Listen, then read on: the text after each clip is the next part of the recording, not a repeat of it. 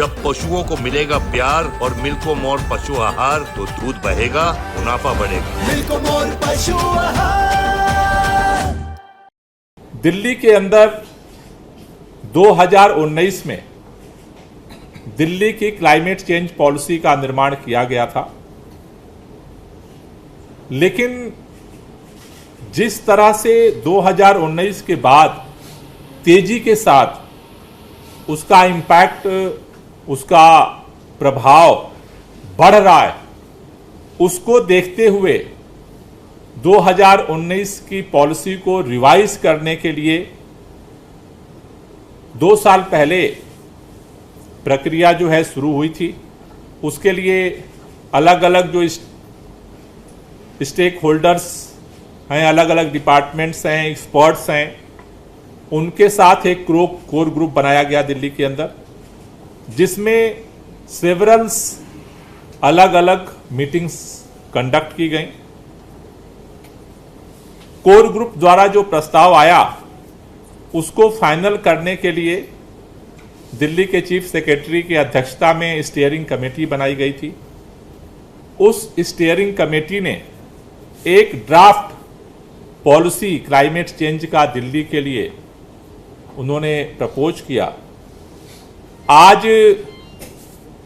दिल्ली के अंदर उस ड्राफ्ट पॉलिसी पे जो अलग अलग डिपार्टमेंट्स हैं, अलग अलग जो इंस्टीट्यूट्स हैं, अलग अलग जो एक्सपर्ट्स हैं, उनके साथ ये राउंड टेबल एनवायरमेंटल कॉन्फ्रेंस का आयोजन किया गया था, जिसमें लगभग 40 अलग अलग इंस्टीट्यूट्स, अलग अलग डिपार्टमेंट्स, अलग अलग एक्सपर्ट्स ने आज इसमें पार्टिसिपेट किया है, जिसमें खास तौर से जो पूरा ड्राफ्ट तैयार किया गया, केंद्र की सरकार ने German technical support group GIZ के साथ जो है मिल करके ये पूरे देश में पॉलिसी बनाने का काम चल रहा है। दिल्ली में भी इस ग्रुप ने हमें सपोर्ट किया और उसके आधार पर ड्राफ्ट पॉलिसी बनी।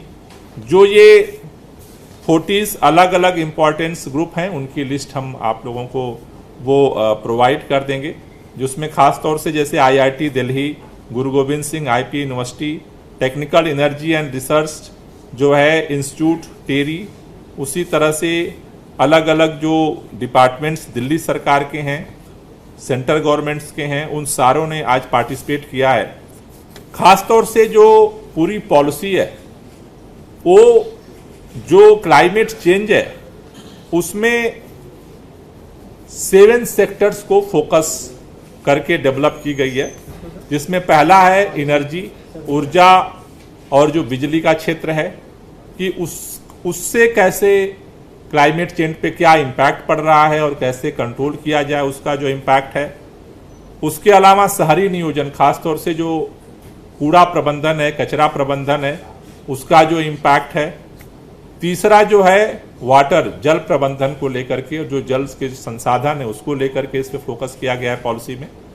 चौथा जो है फॉरेस्ट को लेकर के, जो ग्रीन बेल्ट है उसको कैसे बढ़ाया जाए, उसको लेकर के फोकस है।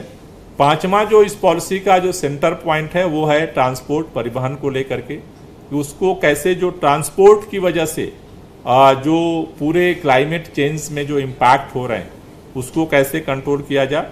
छठा जो है वो एग्रीकल्चर को लेकर के, हॉर्टिकल्चर को लेकर के है। और 7 जो पॉइंट है कि हेल्थ, स्वास्थ्य पे कैसे उसका इम्पैक्ट हो रहा है और उसको कैसे कंट्रोल किया जाए, क्योंकि अल्टीमेटली जो सारा जो सोर्स है उसका जो मनुष्य के ऊपर इम्पैक्ट हो रहा है, अलग अलग जीव जंतुओं पे हो रहा है, वो हेल्थ को। तो 7 पॉइंट इम्पॉर्टेंट जो है एरिया चिन्हित किया गया है इस पॉलिसी में, और उसके आधार पर इस पॉलिसी को बनाया गया है।